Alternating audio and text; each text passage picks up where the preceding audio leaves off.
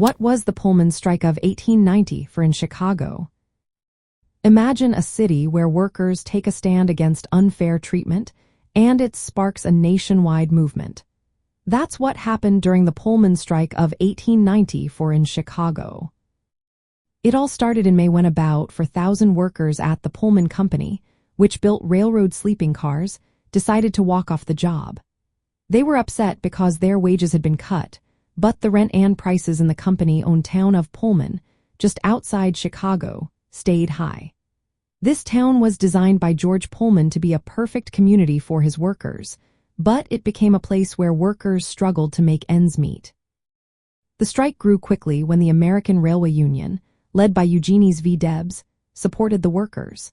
They called for a boycott of all trains carrying Pullman cars, which meant stopping a huge part of the rail traffic across the country. This boycott affected 27 states and involved up to 250,000 railroad workers. It was so powerful that it shut down freight and passenger trains in the Midwest and beyond, causing a major disruption. The government stepped in because the strike was hurting business and interstate commerce. President Grover Cleveland issued an injunction, claiming the strike violated the Sherman Antitrust Act, which was meant to prevent monopolies. When the workers refused to stop the strike, federal troops were sent to Chicago. Violence broke out, with clashes between workers and troops, leading to deaths and injuries. By early August, the strike was over. Eugene V. Debs was arrested and jailed, and thousands of soldiers and law enforcement officials kept order.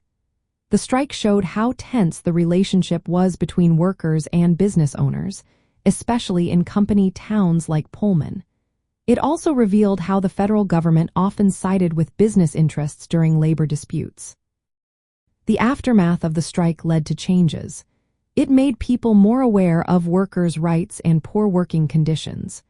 A government commission was set up to study what happened, and new laws were created to help prevent similar conflicts. In Chicago, the Pullman Historic District still stands today as a reminder of this important part of the city's history. It reflects how industry, urban planning, and workers' struggles all came together to shape Chicago's growth.